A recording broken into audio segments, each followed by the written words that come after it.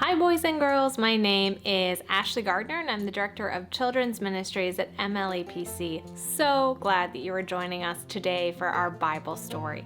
We have been doing stories out of the New Testament. Some of them we've been doing out of my favorite little kids Bible. We've been doing the Jesus Storybook Bible, and I've also been doing some out of my adult Bible. Last week, if you joined us, we talked about the greatest party of all time. We talked about the great banquet. It's the wedding feast of the Lamb, and it's heaven one day. And we talked about how God, Jesus, invites everyone to this banquet and how we need to say yes to his invitation. And it's a daily thing that Jesus is asking us to spend time with him, to come and be with him, and that we're supposed to tell others. So I hope you got to spend time with Jesus this week. I hope you made time for him and that you're getting to know him better each and every day. This week, we're going to be doing a story out of the Jesus Storybook Bible. And today's story is about how much Jesus loves a certain group of people. Any idea who it is? This lesson is going to apply directly to you guys. It is Jesus talking about his love for kids. This story is one, it's not a parable. Remember, our parables were stories that Jesus told to teach a lesson. This story is one that actually happened. There was some parents and some kids that were on their way to see Jesus, and the disciples basically said, "He doesn't have time for you. Why are you trying to bother him?" And Jesus let everyone around him know how important little kids were to him, how much he loves children. So I hope you enjoy this lesson because I think it's something for us to remember now that Jesus loves each and every one of you. If you're joining us and reading along in your Jesus Storybook Bible, this story is called The Friend of Little Children, and it's on page 256. Jesus' friends were arguing. Who was the most important helper in God's kingdom? They wanted to know. "I am," James said. "No, you're not," said Peter. "I am." "Nonsense," said Matthew. "I'm the cleverest." "No, you're not." "Yes, I am." "Yes, no, I am too." This silliness went on and on like that for some time. You see, Jesus' friends had started thinking they had to do something to make themselves special to Jesus. And if they were the cleverest or the nicest or something, Jesus would like them best. Is that true? Is that how Jesus works? No. They had forgotten something. Something God had been teaching his people all through the years, that no matter how clever you are, or how good you are, or how rich you are, or how nice you are, or how important you are, none of it makes any difference. Because God's love is a gift, and as anyone will tell you, the whole thing about a gift is it's free. All you have to do is reach out your hands and take it.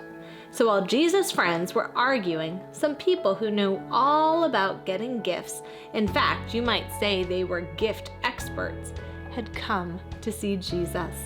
Who were these people? They were children.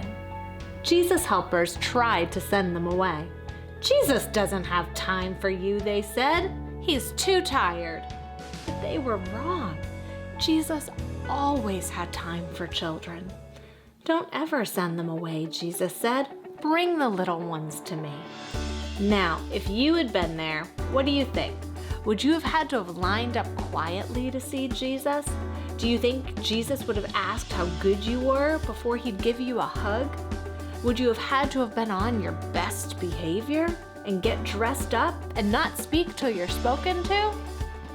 Or would you have done just what these little children did?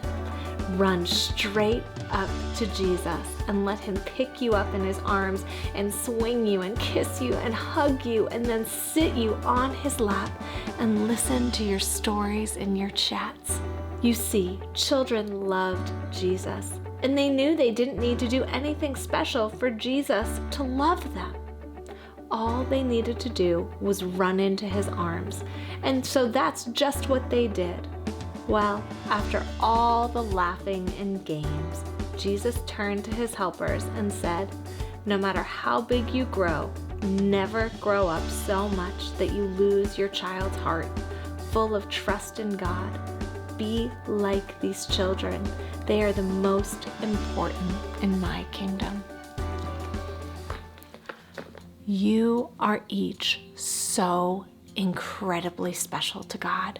Even if in our world it feels like you might not be as important, that you need to be waiting in line, that you need to wait maybe to talk, that you do sometimes have to get dressed up to do things, that it doesn't feel like sometimes you're noticed.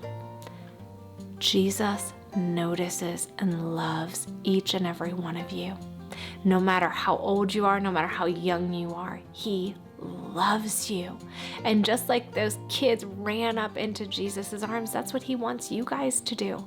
It doesn't need to be something that you're getting dressed up for, that is a formal occasion. Jesus wants every single day for you to come and talk to Him, to sit down and read His Bible so that He can speak to you, to have you talk to Him. He loves you. He's like a proud dad, and you're His child. Get to know Him and know that no one can keep you from Him. He loves you so much, enough that He died for you, that He died in your place on the cross. We're going to be celebrating that in a couple weeks at Easter. He loves you so much, and I hope that you get to know the love of this Father. I hope you guys liked the lesson this week. Have a wonderful week, and God bless. Remember how important you are to Jesus. Have a great day. Bye, guys.